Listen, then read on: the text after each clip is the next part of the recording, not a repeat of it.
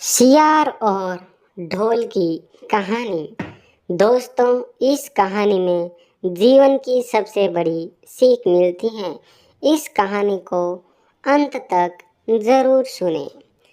एक बार एक जंगल के निकट दो राजाओं के बीच भयंकर युद्ध हुआ। एक जीता, दूसरा हारा। सेनाएं अपने अपने नगरों को लौट गई। बस सेना का एक ढोल पीछे रह गया। उस ढोल को बजा बजा कर सेना के साथ गए भाट व चारण रात को वीरता की कहानियां सुनाते थे।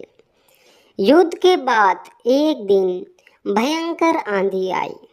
आंधी के जोर में वह ढोल लुढ़कता लुढ़कता एक सूखे पेड़ के पास जाकर टिक गया।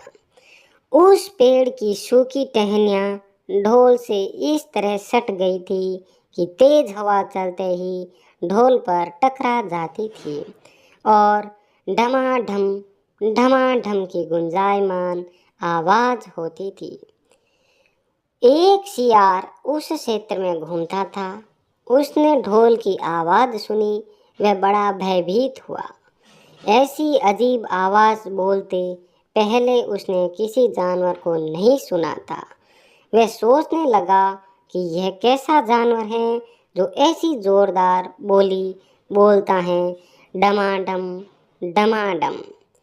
सियार छिपकर ढोल को देखता रहता, यह जानने के लिए यह जीव उड़ने वाला है या चार टांगों पर दौड़ने वाला। सियार इसका पता लगाने लगा। एक दिन सियार झाड़ी के पीछे छुपकर ढोल पर नजर रखे था। तभी पेड़ से नीचे उतरती हुई एक गिलहरी कूदकर ढोल पर उतरी। हल्की सी डम की आवाज भी हुई। गिलहरी ढोल पर बैठी दाना कुतर रही थी। सियार बड़बड़ाया, ओहो, तो यह कोई हिंसक जीव नहीं है, मुझे भी डरना नहीं चाहिए। सियार फूंक मारकर कदम रखता ढोल के निकट गया। उसने ढोल को सूंघा। ढोल का उसे न कहीं सिर नजर आया और न कहीं पैर। तभी हवा के झोंके से टहनियाँ ढोल से टकरा गई और डमाडम की आवाज हुई और सियार उछलकर पीछे जा गिरा। अब सियार को समझ आ गया।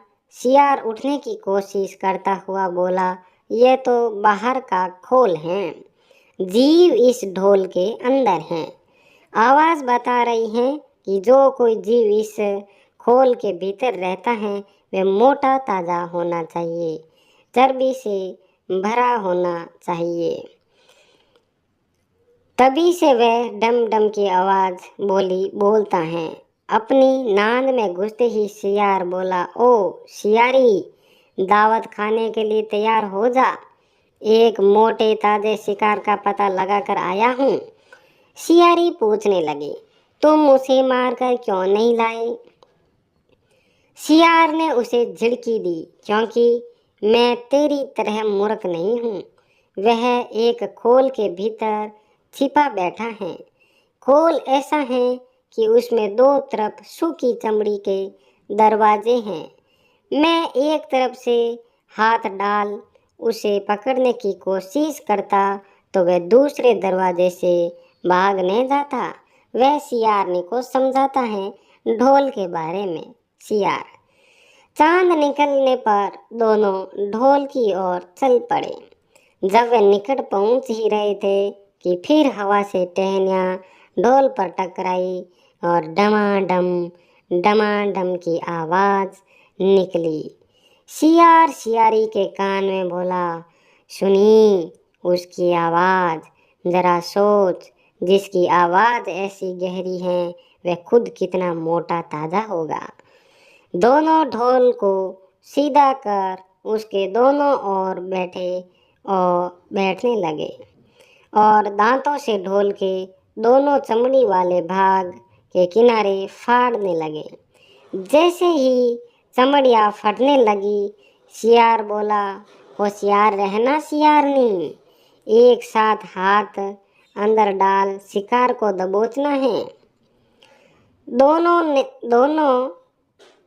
दोनों की आवाज़ के साथ हाथ ढोल के भीतर डाले और अंदर टंटोलने लगे। अंदर कुछ नहीं था, एक दूसरे के हाथ ही पकड़ में आए। दोनों चिल्लाए, यहाँ तो कुछ नहीं है, और वे माथा पीट कर रह गए। दोस्तों, इस कहानी से हमें यह सीख मिलती है कि बड़ी बड़ी सेखी मारने वाले लोग भी ढोल की तरह ही अंदर से खोखले होते हैं। दोस्तों, अगर मेरी कहानी पसंद आई और ऐसी ही नई नई कहानियाँ देखने के लिए आप हमारे चैनल को सब्सक्राइब ज़रूर करना, और ऐसे ही नई नई वीडियो देखने के लिए आपको नोटिफिकेशन मिल जाएगा, चैनल सब्सक्राइब होगा तो। धन्यवाद। ऐसी ही कहानियाँ देखने के लिए अन्नू स्टोरी चैनल को सब्सक्राइब ज़रूर करें, लाइक करें, शेयर करें, और ऐसी ही नई नई कहानियाँ देखते रहें और